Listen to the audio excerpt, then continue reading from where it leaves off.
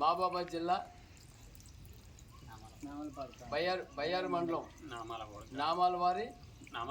నామాలపాడు గ్రామంలో ఈ నెల 29వ తారీఖున జరిగే మరిపేట బంగ్లాలో చేయూత పెన్షన్దారుల మహాసభకు పద్మశ్రీ మందకృష్ణ గారు రాబోతున్నారు కనుక ఆ సన్నాహక సభ విశేషాలు వచ్చే నెల 9వ తేదీన చేయూత పెన్షన్దారుల మహాగర్జన, కొత్త పెన్షన్లు రాబట్టడానికి, ఉన్న పెన్షన్లు పెంచాలని, అలాగే నూతన పెన్షన్లు ఇవ్వాలని, మనకి 22 నెలలు బకాయిలు పెట్టి మనకి 20,000 కోట్లు మనకి ఇవ్వకుండా మన డబ్బుల్ని, మన వికలాంగుల వృద్ధుల వితంతుల డబ్బుల్ని రైతు రుణమాఫీ చేసిన రేవంత్ రెడ్డిని నిలదీయడానికి ఎన్నికల మేనిఫెస్టోలో పెట్టి నన్ను గెలిపించండి, కేసీఆర్ని ఓడించండి, ఇటు సూర్యుడు ఎటు వచ్చినా అటు సూర్యుడు ఇటు పొడిచినా నేను అనుకున్నా మీకు డబ్బులు పెంచుతానని వికలాంగ వృద్ధులను కూడా మోసం చేసి ఈ రోజు వరకు మాట్లాడుకున్న వ్యక్తిని మరి మీరు ఓట్లు వేసి గెలిపించిన ఎమ్మెల్యేలు కానీ, మీరు ఓట్లు వేయండి సర్పంచులు కానీ, జడ్పీసీ ఎంపీలు కానీ ఎవరు కూడా మీకోసం మాట్లాడతలేదు. మరి మీలో ఉన్న సంఘాలు పెట్టుకుని మీరు కానీ మాట్లాడతలేదు. మీ తరపున మాట్లాడడానికి ఒకే ఒక మనిషి పద్మశ్రీ మందకృష్ణమాది గారు.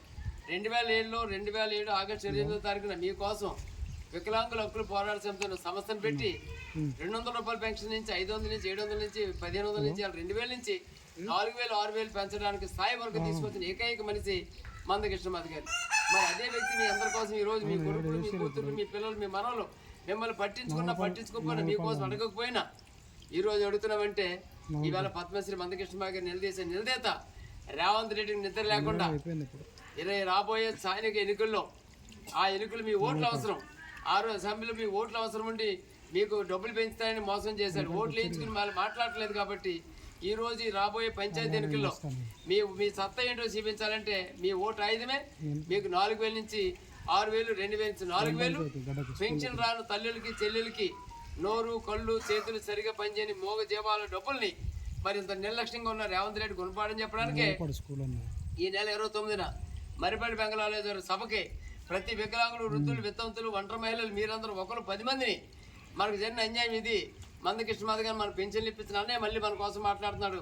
రండి మరిపేట బంగ్లా వెళ్దామని అందరినీ పిలుచుకుని మీరంతా సంఘటితమయ్యి ఈ నిర్మాణం చేయడానికి రేపటి నుంచి మండలంలో ఎంఆర్పీఎస్ నాయకులు, మండల, జిల్లా, విహెచ్పిఎస్ నాయకులు అందరూ కూడా తిరిగి మిమ్మల్ని చైతన్యపరిచే సిద్ధంగా ఉన్నారు. కాబట్టి సర్వ మరిపేట బంగ్లా ఈ నెల 29 వరకు మరిపేట బంగ్లా అంతా రావాలి.